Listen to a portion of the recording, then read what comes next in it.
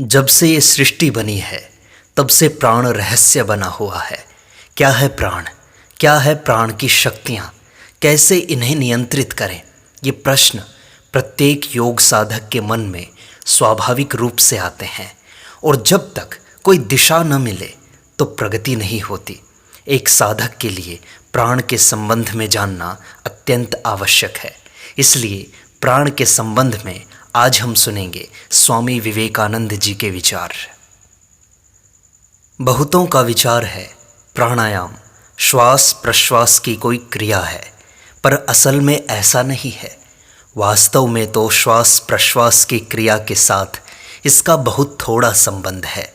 श्वास प्रश्वास उन क्रियाओं में से सिर्फ एक ही क्रिया है जिनके माध्यम से हम यथार्थ प्राणायाम की साधना के अधिकारी होते हैं। प्राणायाम का अर्थ है प्राण का संयम।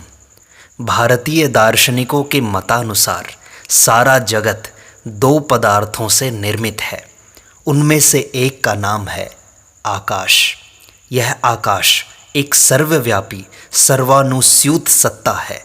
जिस किसी वस्तु का आकार है, जो कोई वस्तु कुछ वस्तुओं के मिश्रण से बनी है, वह इस आकाश से ही उत्पन्न हुई है। यह आकाश ही वायु में परिणत होता है। यही तरल पदार्थ का रूप धारण करता है। यही फिर ठोस आकार को प्राप्त होता है। यह आकाश ही सूर्य, पृथ्वी, तारा, धूमकेतु आदि में परिणत होता है। समस्त प्राणियों के शरीर, पशुओं के शरीर, उद्भिद आदि जितने रूप हमें देखने को मिलते हैं, जिन वस्तुओं का हम इंद्रियों द्वारा अनुभव कर सकते हैं, यहाँ तक कि संसार में जो कोई वस्तु है, सभी आकाश से उत्पन्न हुई हैं। इंद्रियों द्वारा इस आकाश की उपलब्धि करने का कोई उपाय नहीं है। यह इतना सूक्ष्म है कि साधारण अनुभूति के अतीत है। जब यह स्थूल होकर कोई आकार धारण करता है, तभी हम इसका अनुभव कर सकते हैं। सृष्टि के आदि में एकमात्र आकाश रहता है। फिर कल्प के अंत में समस्त ठोस, तरल और वाष्पीय पदार्थ पुनः आकाश में लीन हो जाते हैं। बाद की सृष्टि फिर से इसी तरह आकाश से उत्पन्न होती है।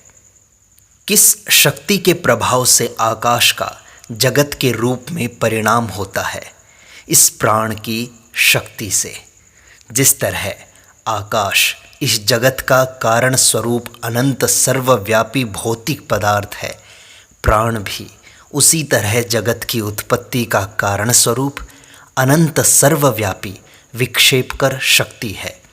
कल्प के आदि में और अंत में संपूर्ण सृष्टि आकाश रूप में परिणत होती है और जगत की सारी शक्तियाँ प्राण में लीन हो जाती हैं।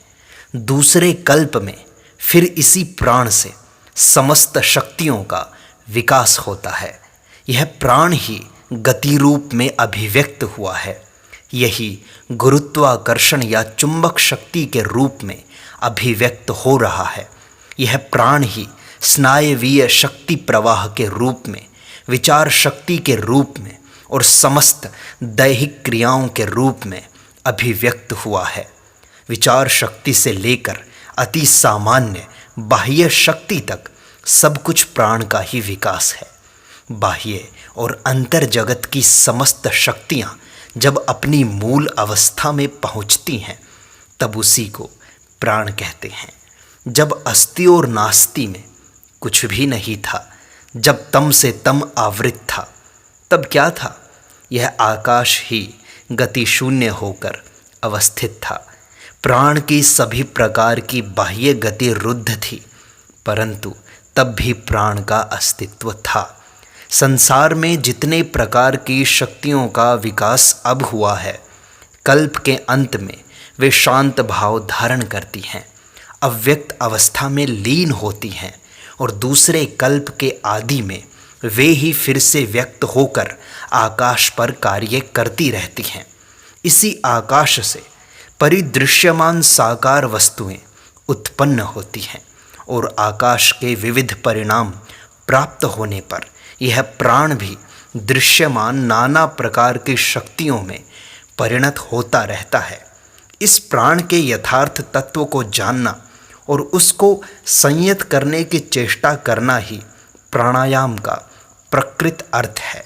इस प्राणायाम में सिद्ध होने पर हमारे लिए मानो अनंत शक्ति का द्वार खुल जाता है। मान लो किसी व्यक्ति के समझ में यह प्राण का विषय पूरी तरह आ गया और वह उसे वश में करने में भी कृतकार्य हो गया, तो फिर संसार में ऐसी कौन सी शक्ति है जो उसके अधिकार में न आए। उसकी आज्ञा से चंद्र सूर्य अपनी जगह से हिलने लगते हैं। क्षुद्रतम परमाणु से बृहत्तम सूर्य तक सभी उसके वशीभूत हो जाते हैं, क्योंकि उसने प्राण को जीत लिया है। प्रकृति को वशीभूत करने की शक्ति प्राप्त करना ही प्राणायाम की साधना का लक्ष्य है।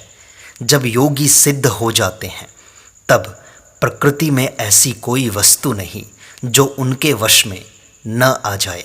यदि वे देवताओं का आह्वान करेंगे तो वे उनकी आज्ञा मात्र से उपस्थित होंगे। यदि मृत व्यक्तियों को आने की आज्ञा देंगे तो वो तुरंत हाजिर हो जाएंगे। प्रकृति की सारी शक्तियाँ उनकी आज्ञा से दासी की तरह काम करने लगेंगी। अज्ञजन योगी के इन कार्यकलापों को अलौकिक समझते हैं। हिंदू मन की यह एक विशेषता है कि वह सदैव अंतिम संभाव्य सामान्यीकरण के लिए अनुसंधान करता है और बाद में विशेष पर कार्य करता है। वेदों में यह प्रश्न पूछा गया है, कस्मिन्नु भगवो विज्ञाते सर्वमिदं विज्ञातम भवति। ऐसी कौन सी वस्तु है जिसका ज्ञान होने पर सब कुछ ज्ञात हो जाता है। इस प्रकार हमारे जितने शास्त्र हैं, जितने दर्शन हैं, सब के सब उसी के निर्णय में लगे हुए हैं, जिनके जानने से सब कुछ जाना जा सकता है। यदि कोई व्यक्ति जगत का तत्व थोड़ा थोड़ा करके जानना चाहे तो उसे अनंत समय लग जाएगा, क्योंकि फिर तो उसे बालू के एक कण तक को भी अलग अलग रूप से जानना होगा। अतः यह स्पष्ट है कि इस प्रकार सब कुछ जानना एक प्रकार से असंभव है। तब फिर इस प्रकार के ज्ञान लाभ की संभावना कहाँ है। एक एक विषय को अलग अलग रूप से जानकर मनुष्य के लिए सर्वज्ञ होने की संभावना कहाँ है। योगी कहते हैं इन सब विशिष्ट अभिव्यक्तियों के पीछे एक सामान्य अमूर्त तत्व है। उसको पकड़ सकने या जान लेने पर सब कुछ जाना जा सकता है। इसी प्रकार वेदों में संपूर्ण जगत को उस एक अखंड निरपेक्ष सत्स्वरूप में सामान्यीकृत किया गया है। जिन्होंने इस सत्स्वरूप को पकड़ा है उन्होंने संपूर्ण विश्व को समझ लिया है। उक्त प्रणाली से ही समस्त शक्तियों को भी इस प्राण में सामान्यीकृत किया गया है। अतएव जिन्होंने प्राण को पकड़ा है उन्होंने संसार में जितनी शारीरिक या मानसिक शक्तियां हैं सबको पकड़ लिया है। जिन्होंने प्राण को जीता है उन्होंने अपने मन को ही नहीं वरन सबके मन को जीत लिया है। जिन्होंने प्राण को जीत लिया है उन्होंने अपनी देह और दूसरी जितनी भी देह हैं सबको अपने अधीन कर लिया है, क्योंकि प्राण ही सारी शक्तियों की सामान्य अभिव्यक्ति है। किस प्रकार इस प्राण पर विजय पाई जाए, यही प्राणायाम का एकमात्र उद्देश्य है। इस प्राणायाम के संबंध में जितनी साधनाएं और उपदेश हैं सबका यही एक उद्देश्य है। हर एक साधनार्थी को उसके सबसे समीप जो कुछ है उसी से साधना शुरू करनी चाहिए। उसके निकट जो कुछ है उस पर विजय पाने की चेष्टा करनी चाहिए। संसार की सारी वस्तुओं में देह हमारे सबसे निकट है और मन उससे भी निकटतर है। जो प्राण संसार में सर्वत्र व्याप्त है उसका जो अंश इस शरीर और मन में कार्यशील है वही अंश हमारे सबसे निकट है। यह जो क्षुद्र प्राण तरंग है जो हमारी शारीरिक और मानसिक शक्तियों के रूप में परिचित है वह अनंत प्राण समुद्र में हमारे सबसे निकटतम तरंग है। यदि हम उस तरंग पर विजय पा लें तभी हम समस्त प्राण समुद्र को जीतने की आशा कर सकते हैं। जो योगी इस विषय में कृतकार्य होते हैं, वे सिद्धि पा लेते हैं, तब कोई भी शक्ति उन पर प्रभुत्व नहीं जमा सकती। वे एक प्रकार से सर्वशक्तिमान और सर्वज्ञ हो जाते हैं। हम सभी देशों में ऐसे संप्रदाय देखते हैं जो किसी न किसी उपाय से इस प्राण पर विजय प्राप्त करने की चेष्टा कर रहे हैं। इसी देश में, अमेरिका में, हम मनः शक्ति से आरोग्य करने वाले, विश्वास से आरोग्य करने वाले, प्रेतात्मवादी, ईसाई वैज्ञानिक, सम्मोहन विद्याविद आदि अनेक संप्रदाय देखते हैं। यदि हम इन मतों का विशेष रूप से विश्लेषण करें तो देखेंगे कि इन सब मतों की पृष्ठभूमि में, वे फिर जाने या न जाने, प्राण ही है। उन सब मतों के मूल में एक ही बात है, वे सब एक ही शक्ति को लेकर कार्य कर रहे हैं, पर हाँ, वे उसके संबंध में कुछ जानते नहीं हैं। उन लोगों ने एकाएक मानो एक शक्ति का आविष्कार कर डाला है, परंतु उस शक्ति के स्वरूप के संबंध में बिल्कुल ज्ञान नहीं है उन्हें। योगी जिस शक्ति का उपयोग करते हैं, ये भी बिना जाने बूझे उसी का उपयोग कर रहे हैं, और वह प्राण की ही शक्ति है। यह प्राण ही समस्त प्राणियों के भीतर जीवनी शक्ति के रूप में विद्यमान है। विचारणा इसकी सूक्ष्मतम और उच्चतम अभिव्यक्ति है। फिर जिसे हम साधारणतः विचारणा की आख्या देते हैं, वही प्राण की एकमात्र वृत्ति नहीं है। इसके अतिरिक्त हमारा एक निम्नतम कार्य क्षेत्र भी है, जिसे हम जन्मजात प्रवृत्ति अथवा ज्ञान रहित चित्त वृत्ति अथवा मन की अचेतन भूमि कहते हैं। मान लो मुझे एक मच्छर ने काटा, तो मेरा हाथ अपने ही आप उसे मारने को उठ जाता है। उसे मारने के लिए हाथ को उठाते गिराते मुझे कोई विशेष सोच विचार नहीं करना पड़ता। यह भी विचारणा की एक प्रकार की अभिव्यक्ति है। शरीर के समस्त स्वाभाविक कार्य इसी विचारणा के स्तर के अंतर्गत हैं। इससे उन्नत विचारणा का एक दूसरा स्तर भी है, जिसे संज्ञान अथवा मन की चेतन भूमि कहते हैं। हम युक्ति तर्क करते हैं, विचार करते हैं, सब विषयों के पक्षापक्ष सोचते हैं, लेकिन इतना ही पर्याप्त नहीं। हमें मालूम है युक्ति या विचार बिल्कुल छोटी सी सीमा के द्वारा सीमित है। वह हम लोगों को कुछ ही दूर तक ले जा सकता है, इससे आगे उसका और अधिकार नहीं है। जिस वृत्त के अंदर वह चक्कर लगा रहा है, वह बहुत ही सीमित है, बहुत ही संकीर्ण है, परंतु साथ ही हम यह भी देखते हैं कि बहुत से तथ्य बाहर से सहसा इस वृत्त के भीतर आ जाते हैं। पुच्छल तारा जिस प्रकार सौर जगत के अधिकार के भीतर न होने पर भी कभी कभी उसके भीतर सहसा आ जाता है और हमें दिखाई पड़ता है, उसी प्रकार बहुत से तथ्य हमारी युक्ति के अधिकार के बाहर होने पर उसके भीतर आ जाते हैं। यह निश्चित है कि वे सब तथ्य इस सीमा के बाहर से आते हैं, पर हमारा तर्क या युक्ति इस सीमा के परे नहीं जा सकते। इस छोटी सी सीमा के भीतर उन तथ्यों के प्रवेश का कारण यदि हम खोजना चाहें तो हमें अवश्य इस सीमा के बाहर जाना होगा। हमारे विचार, हमारी युक्तियाँ वहाँ नहीं पहुँच सकती। योगियों का कहना है कि यह संज्ञान या चेतन भूमि ही हमारे ज्ञान की चरम सीमा नहीं है। मन इन दोनों भूमियों से भी उच्चतर भूमि पर विचरण कर सकता है।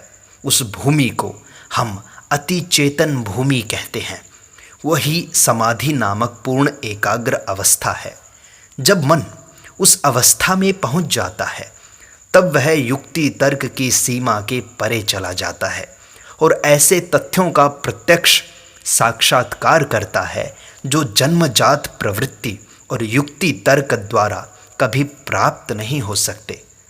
शरीर की सारी सूक्ष्म से सूक्ष्म शक्तियाँ जो प्राण की ही विभिन्न अभिव्यक्ति मात्र हैं, यदि सही रास्ते से परिचालित हों तो वे मन पर विशेष रूप से कार्य करती हैं और तब मन भी पहले से उच्चतर अवस्था में अर्थात अति चेतन भूमि में चला जाता है और वहाँ से कार्य करता रहता है।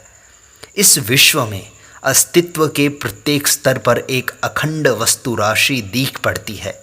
भौतिक संसार की ओर दृष्टिपात करने पर दिखता है कि एक अखंड वस्तु ही मानो नाना रूपों में विराजमान है। वास्तव में तुम में और सूर्य में कोई भेद नहीं। वैज्ञानिक के पास जाओ, वे तुम्हें समझा देंगे कि वस्तु वस्तु में भेद केवल काल्पनिक है। इस मेज में वास्तव में मेरा कोई भेद नहीं। यह मेज अनंत जड़ राशि का मानो एक बिंदु है और मैं उसी का एक दूसरा बिंदु। प्रत्येक साकार वस्तु इस अनंत जड़ सागर में मानो एक भंवर है। भंवर सारे समय एक रूप नहीं रहते। मान लो किसी वेगवती नदी में लाखों भंवर हैं। प्रत्येक भंवर में प्रतिक्षण नई जल राशि आती है, कुछ देर घूमती है और फिर दूसरी ओर चली जाती है। उसके स्थान में एक नई जल राशि आ जाती है। यह जगत भी इसी प्रकार सतत परिवर्तनशील एक जड़ राशि मात्र है और ये सारे रूप उसके भीतर मानो छोटे छोटे भंवर हैं। कोई भूत समष्टि किसी मनुष्य देह रूपी भंवर में घुसती है और वहाँ कुछ काल तक चक्कर काटने के बाद वह बदल जाती है और एक दूसरी भंवर में किसी पशु देह रूपी भंवर में प्रवेश करती है। फिर वहाँ कुछ वर्ष तक घूमती रहने के बाद खनिज पदार्थ नामक दूसरे भंवर में चली जाती है। बस सतत परिवर्तन होता रहता है। कोई भी वस्तु स्थिर नहीं। मेरा शरीर, तुम्हारा शरीर नामक कोई वस्तु वास्तव में नहीं है। वह केवल कहने भर की बात है। केवल एक अखंड जड़ राशि है। उसी के किसी बिंदु का नाम है चंद्र, किसी का सूर्य, किसी का मनुष्य, किसी का पृथ्वी। कोई बिंदु उद्भिद है तो कोई खनिज पदार्थ। इनमें से कोई भी सदा एक भाव से नहीं रहता। सभी वस्तुओं का सतत परिवर्तन हो रहा है। जड़ का एक बार संश्लेषण होता है, फिर विश्लेषण। मनोजगत के संबंध में ठीक यही बात है। आकाश तत्व को हम सारी जड़ वस्तुओं के प्रतिनिधि के रूप में ग्रहण कर सकते हैं। प्राण की सूक्ष्मतर स्पंदनशील अवस्था में इस आकाश तत्व को मन का भी प्रतिनिधि स्वरूप कहा जा सकता है। अतएव संपूर्ण मनोजगत की एक अखंड स्वरूप है। जो अपने मन में यह अति सूक्ष्म कंपन उत्पन्न कर सकते हैं, वे देखते हैं कि सारा जगत सूक्ष्माति सूक्ष्म कंपनों की समष्टि मात्र है।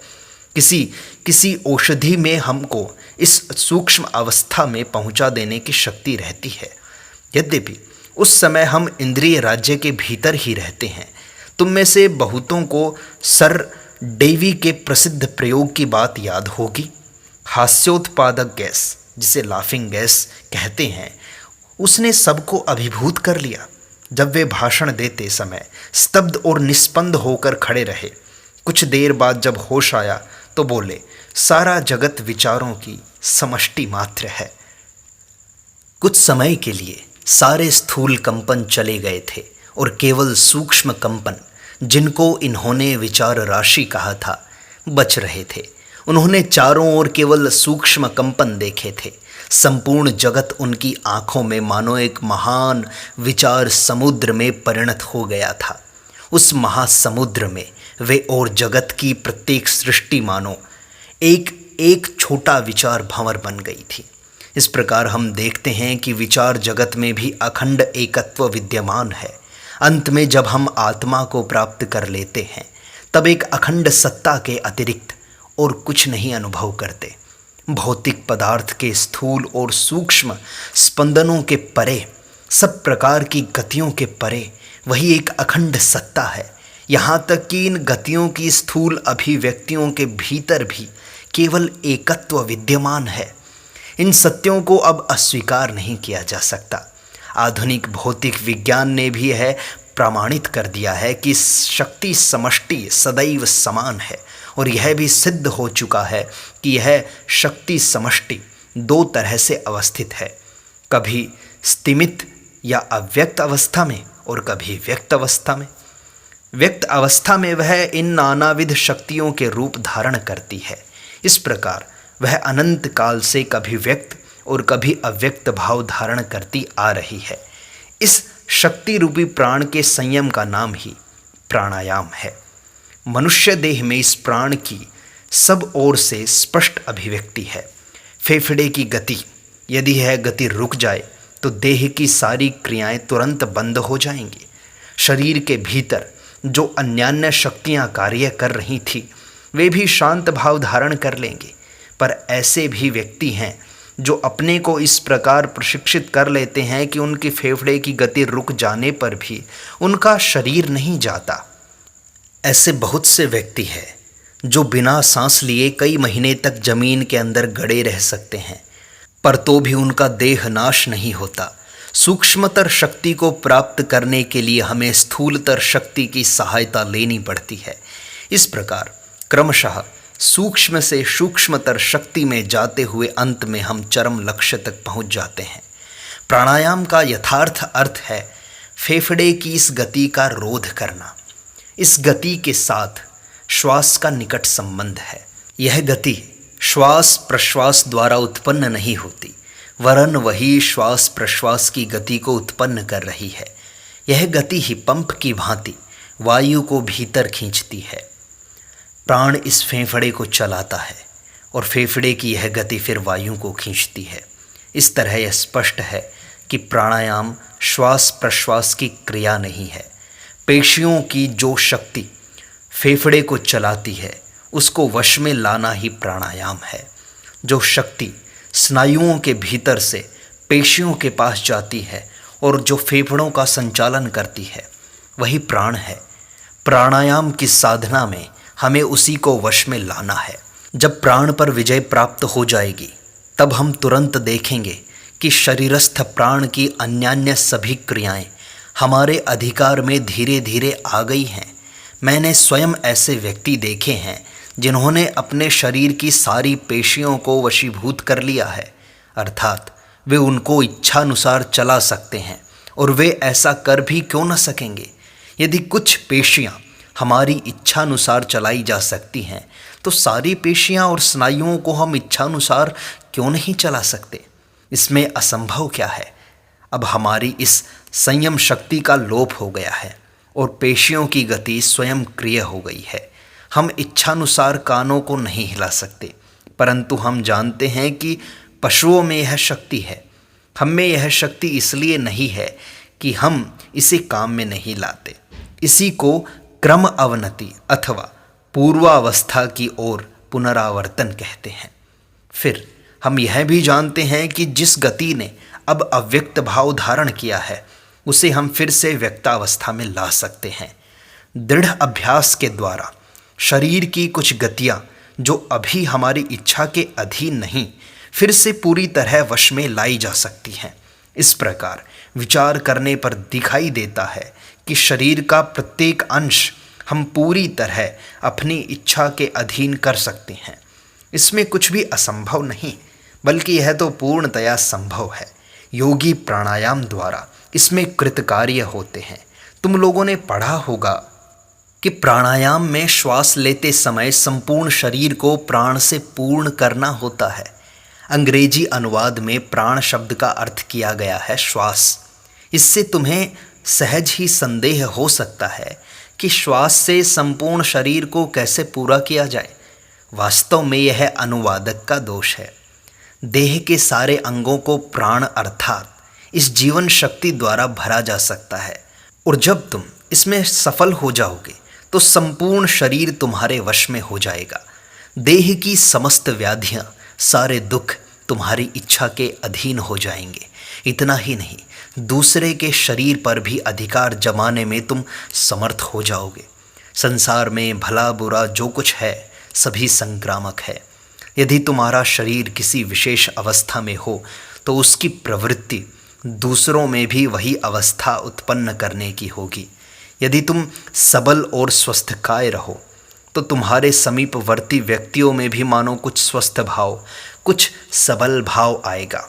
और यदि तुम रुग्ण और दुर्बल रहोगे तो देखोगे तुम्हारे निकटवर्ती दूसरे व्यक्ति भी मानो कुछ रुग्ण और दुर्बल हो रहे हैं। तुम्हारी देह का कंपन मानो दूसरे के भीतर संचारित हो जाएगा। जब एक व्यक्ति दूसरे को रोग मुक्त करने की चेष्टा करता है तब उसका पहला प्रयत्न यह होता है कि उसका स्वास्थ्य दूसरे में संचारित हो जाए। यही आदिम चिकित्सा प्रणाली है। ज्ञात भाव से हो या अज्ञात भाव से एक व्यक्ति दूसरे की देह में स्वास्थ्य संचार कर सकता है। यदि एक बहुत बलवान व्यक्ति किसी दुर्बल व्यक्ति के साथ सदैव रहे तो वह दुर्बल व्यक्ति कुछ अंशों में अवश्य सबल हो जाएगा। यह बल संचारण क्रिया ज्ञात भाव से हो सकती है तथा अज्ञात भाव से भी। जब यह क्रिया ज्ञात भाव से की जाती है तब इसका कार्य और भी शीघ्र और उत्तम रूप से होता है। एक और दूसरे प्रकार की भी चिकित्सा प्रणाली है जिसमें आरोग्यकारी स्वयं बहुत स्वस्थकाय न होने पर भी दूसरे के शरीर में स्वास्थ्य का संचार कर सकता है। इन स्थलों में उस आरोग्यकारी व्यक्ति को कुछ परिमाण में प्राणजयी समझना चाहिए। वह कुछ समय के लिए अपने प्राण में मानो एक विशेष कंपन उत्पन्न करके दूसरे के शरीर में उसका संचार कर देता है। अनेक स्थलों में यह कार्य बहुत दूर से भी साधित हुआ है। यदि सचमुच में दूरत्व का अर्थ खंड या विच्छेद हो तो दूरत्व नामक कोई चीज़ नहीं। ऐसा दूरत्व कहाँ है जहाँ परस्पर कुछ भी संबंध, कुछ भी योग नहीं। सूर्य में और तुम में क्या वास्तविक कोई विच्छेद है? नहीं, यह तो समस्त एक अविच्छिन्न अखंड वस्तु है। तुम उसके एक अंश हो और सूर्य उसका एक दूसरा अंश। नदी के एक भाग और दूसरे भाग में क्या विच्छेद है? तो फिर शक्ति भी एक जगह से दूसरी जगह क्यों न भ्रमण कर सकेगी? इसके विरोध में तो कोई युक्ति नहीं दी जा सकती। दूर से आरोग्य करने की घटनाएं बिल्कुल सत्य हैं। इस प्राण को बहुत दूर तक संचालित किया जा सकता है, पर हाँ, इसमें धोखेबाजी भी बहुत है। यदि इसमें एक घटना सत्य हो तो अन्य सैकड़ों असत्य और छल कपट के अतिरिक्त और कुछ नहीं। लोग इसे जितना सहज समझते हैं यह उतना सहज नहीं है। अधिकतर स्थलों में तो देखोगे कि आरोग्य करने वाले चंगा करने के लिए मानव देह की स्वाभाविक स्वस्थता की ही सहायता लेते हैं। एक एलोपैथ चिकित्सक आता है, हैजे के रोगियों की चिकित्सा करता है और उन्हें दवा देता है। एक होम्योपैथ चिकित्सक आता है, वह भी रोगियों को अपनी दवा देता है और शायद एलोपैथ की अपेक्षा अधिक रोगियों को चंगा कर देता है। ऐसा क्यों? इसलिए कि वह रोगी के शरीर में किसी तरह का विपर्य न लाकर प्रकृति को अपनी चाल से काम करने देता है। और विश्वास के बल से आरोग्य करने वाला तो और भी अधिक रोगियों को चंगा कर देता है, क्योंकि वह अपनी इच्छा शक्ति द्वारा कार्य करके विश्वास के बल से रोगी की प्रसुप्त प्राण शक्ति को जगा देता है। परंतु विश्वास के बल से रोगों को अच्छा करने वालों को सदा एक भ्रम हुआ करता है। वे सोचते हैं कि साक्षात विश्वास ही लोगों को रोग मुक्त करता है। वास्तव में यह नहीं कहा जा सकता कि केवल विश्वास इसका कारण है। ऐसे भी रोग हैं जिनमें रोगी स्वयं नहीं समझ पाता कि उसको कोई रोग भी है। रोगी का अपनी निरोगता पर अतीव विश्वास ही रोग का एक कारण बन जाता है और इससे आसन्न मृत्यु की सूचना होती है। इन सब स्थलों में केवल विश्वास से रोग नहीं टलता। यदि विश्वास ही रोग की जड़ काटता हो तो वे रोगी मौत के मुंह में न गए होते। वास्तव में रोग तो इस प्राण की शक्ति से ही दूर होता है। प्राणजित पवित्र आत्मा पुरुष अपने प्राण को एक निर्दिष्ट कंपन में ले जा सकते हैं और दूसरे उसे संचारित करके उसके भीतर भी उसी प्राण का कंपन पैदा कर सकते हैं। तुम प्रतिदिन की घटना से यह प्रमाण ले सकते हो। मैं व्याख्यान दे रहा हूँ। व्याख्यान देते समय मैं क्या कर रहा हूँ?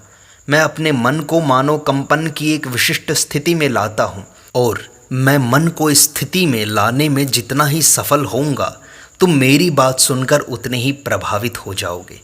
तुम लोगों को मालूम है, व्याख्यान देते देते मैं जिस दिन मस्त हो जाता हूँ उस दिन मेरा व्याख्यान तुमको बहुत अच्छा लगता है, पर जब कभी मेरा उत्साह घट जाता है तो तुम्हें मेरे व्याख्यान में उतना आनंद नहीं मिलता।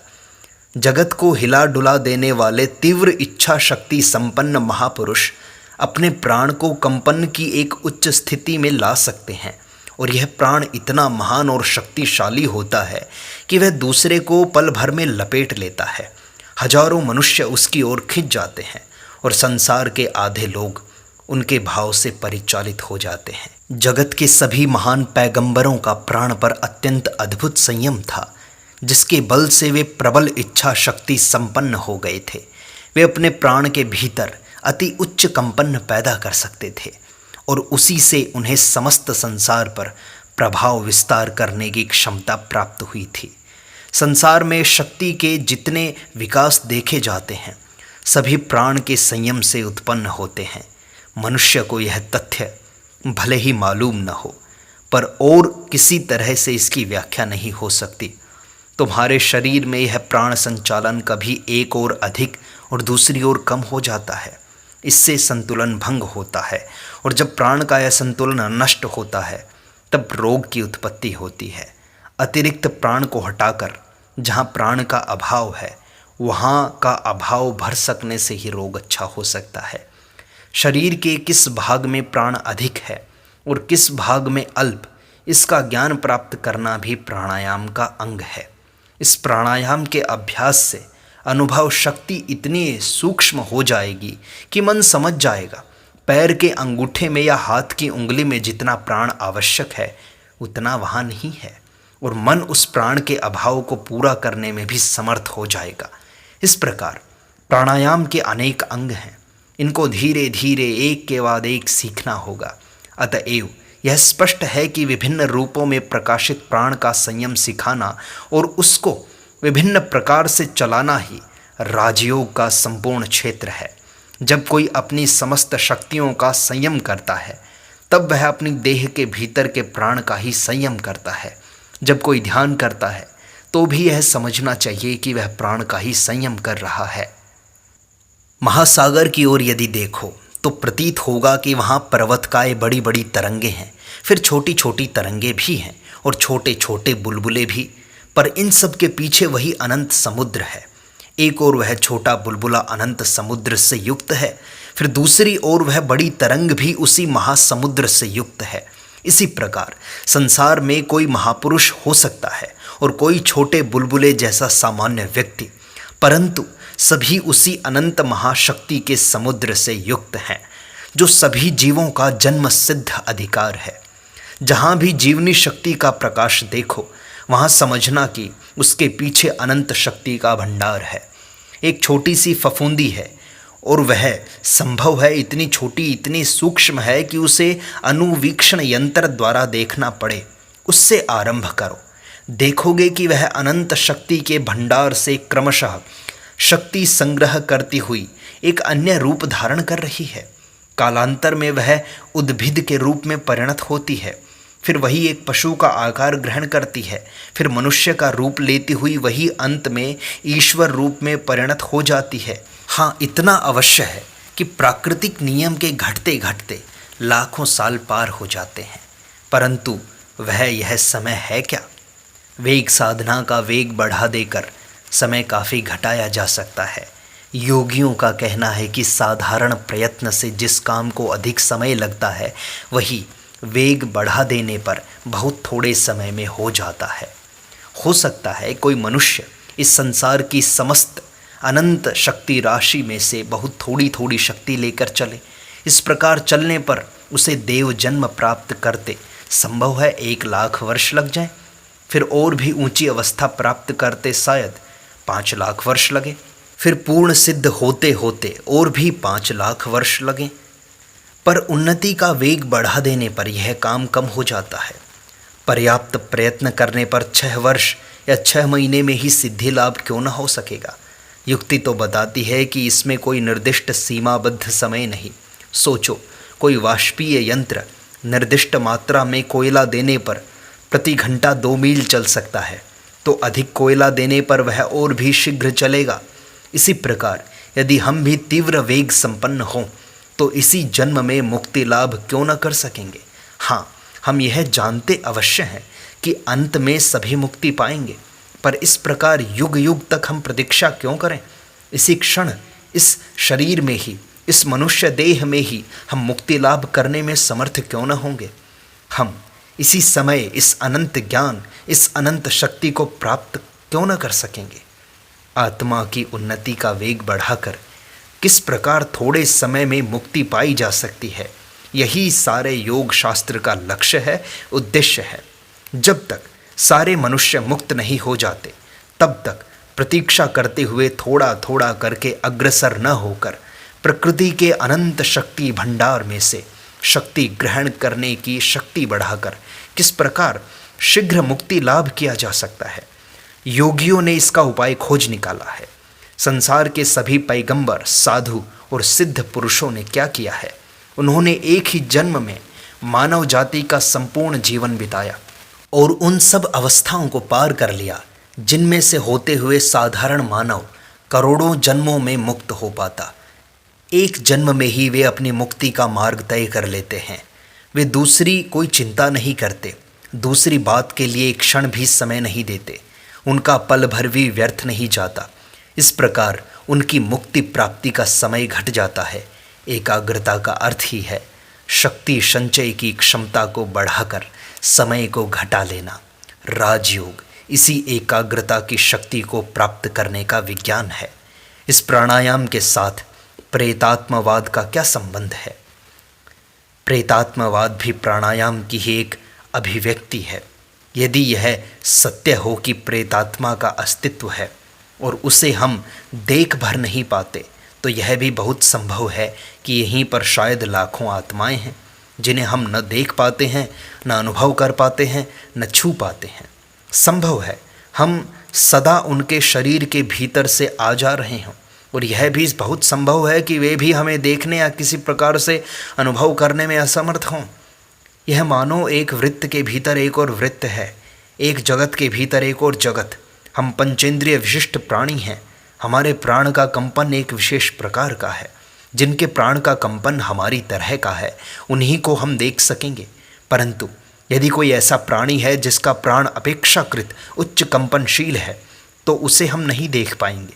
प्रकाश के कंपन की तीव्रता अत्यंत अधिक बढ़ जाने पर हम उसे नहीं देख पाते, किंतु बहुत से प्राणियों को आंखें ऐसी शक्ति युक्त हैं कि वे उस तरह का प्रकाश देख सकती हैं।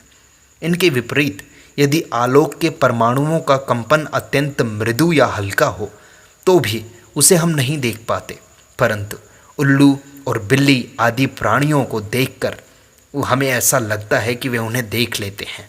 हमारी दृष्टि इस प्राण कंपन के एक विशेष प्रकार को ही देखने में समर्थ है। इसी प्रकार वायु राशि की बात लो।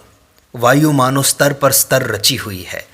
पृथ्वी का निकटवर्ती स्तर अपने से ऊंचे वाले स्तर से अधिक घना है, और इस तरह हम जितना ऊंचे उठते जाएंगे क्रमशः वायु सूक्ष्म होती जाएगी। इसी प्रकार समुद्र की बात लो। समुद्र के जितने ही गहरे प्रदेश में जाओगे पानी का दबाव उतना ही बढ़ेगा। जो प्राणी समुद्र के नीचे रहते हैं वे कभी ऊपर नहीं आ सकते, क्योंकि यदि वे आएं तो उसी समय उनके शरीर के टुकड़े टुकड़े हो जाएं। संपूर्ण जगत को आकाश तत्व के एक समुद्र के रूप में सोचो। प्राण की शक्ति से वह मानो स्पंदित हो रहा है, विभिन्न मात्रा में स्पंदनशील स्तरों में बटा हुआ है। तो देखोगे जिस केंद्र से स्पंदन शुरू हुआ है उससे तुम जितनी दूर जाओगे उतना ही यह स्पंदन मृदु रूप से अनुभूत होगा। केंद्र के पास स्पंदन बहुत द्रुत होता है। और भी सोचो, भिन्न भिन्न प्रकार के स्पंदनों के अलग अलग स्तर हैं। यह संपूर्ण स्पंदन क्षेत्र मानो विभिन्न स्पंदन स्तरों में विभक्त है। कई लाख मील तक एक प्रकार का स्पंदन, फिर कई लाख मील तक एक उच्चतर किंतु दूसरे प्रकार का स्पंदन आदि। अतः यह संभव है कि जो प्राण की एक विशेष अवस्था के स्तर पर वास करते हैं वे एक दूसरे को पहचान सकेंगे, परंतु अपने से नीचे या ऊंचे स्तर वाले जीवों को न पहचान सकेंगे। फिर भी जैसे हम अनुवीक्षण यंत्र और दूरबीन की सहायता से अपनी दृष्टि का क्षेत्र बढ़ा सकते हैं, उसी प्रकार योग के द्वारा मन के विभिन्न प्रकार के स्पंदनों से युक्त करके हम दूसरे स्तर का समाचार अर्थात वहाँ क्या हो रहा है यह जान सकते हैं। समझो इसी कमरे में ऐसे बहुत से प्राणी हैं जिन्हें हम नहीं देख पाते। वे सब प्राण के एक प्रकार के स्पंदन के फल हैं और हम एक दूसरे प्रकार के। मान लो कि वे प्राण के अधिक स्पंदन से युक्त हैं और हम उनकी तुलना में कम स्पंदन से युक्त हैं। हम भी प्राण रूप मूल वस्तु से गढ़े हुए हैं और वे भी हैं। सभी एक ही समुद्र के भिन्न भिन्न अंश हैं। विभिन्नता है केवल स्पंदन की मात्रा में। यदि मन को मैं अधिक स्पंदन विशिष्ट कर सका तो मैं फिर इस स्तर पर न रहूँगा और मैं फिर तुम लोगों को न देख पाऊँगा। तुम मेरी दृष्टि से अंतर्निहित हो जाओगे और वे मेरी आंखों के सामने आ जाएंगे। तुम में से शायद बहुतों को मालूम है कि यह व्यापार सत्य है। मन को इस प्रकार की स्पंदन की उच्चतर भूमि में लाना ही योग शास्त्र में एकमात्र समाधि शब्द द्वारा अभिहित किया गया है। उच्चतर स्पंदन की ये सब भूमियाँ मन के सब अतिचेतन स्पंदन पर एक शब्द समाधि में वर्गीकृत हैं। समाधि की निम्नतर भूमियों में इन अदृश्य प्राणियों को प्रत्यक्ष किया जाता है और समाधि की सर्वोच्च अवस्था तो वह है जब हमें सत्य स्वरूप ब्रह्म के दर्शन होते हैं। तब हम उस उपादान को जान लेते हैं जिससे हम इन सब बहुविध जीवों की उत्पत्ति हुई है। जैसे एक मृतपिंड को जान लेने पर समस्त मृतपिंड ज्ञात हो जाते हैं। अतः हम देखते हैं कि प्रेतात्मवाद स्पिरिचुअलिज्म में जो कुछ सत्य है वह भी प्राणायाम में समाविष्ट है। इस प्रकार जब कभी तुम देखो कि कोई दल या संप्रदाय किसी रहस्यात्मक या गुप्त तत्व के आविष्कार की चेष्टा कर रहा है तो समझना वह यथार्थतः किसी परिणाम में इस राजयोग की ही साधना कर रहा है, प्राण संयम की ही चेष्टा कर रहा है। जहाँ कहीं किसी प्रकार की असाधारण शक्ति का विकास हुआ है वहाँ प्राण की ही शक्ति का विकास समझना चाहिए। यहाँ तक कि भौतिक विज्ञान भी प्राणायाम के अंतर्गत किए जा सकते हैं। वाष्पीय यंत्र को कौन संचालित करता है? प्राण ही वाष्प के भीतर से उसको चलाता है। ये जो विद्युत की अद्भुत क्रियाएं दिखाई पड़ती हैं ये सब प्राण को छोड़ भला और क्या हो सकती हैं? भौतिक विज्ञान है क्या? वह बाहरी उपायों द्वारा प्राणायाम का विज्ञान है। प्राण जब मानसिक शक्ति के रूप में प्रकाशित होता है तब मानसिक उपायों द्वारा ही उसका संयम किया जा सकता है। जिस प्राणायाम में प्राण की स्थूल अभिव्यक्ति को बाह्य उपायों द्वारा जीतने की चेष्टा की जाती है उसे भौतिक विज्ञान कहते हैं। और जिस प्राणायाम में प्राण की मानसिक अभिव्यक्तियों को मानसिक उपायों द्वारा संयत करने की चेष्टा की जाती है उसी को राजयोग कहते हैं।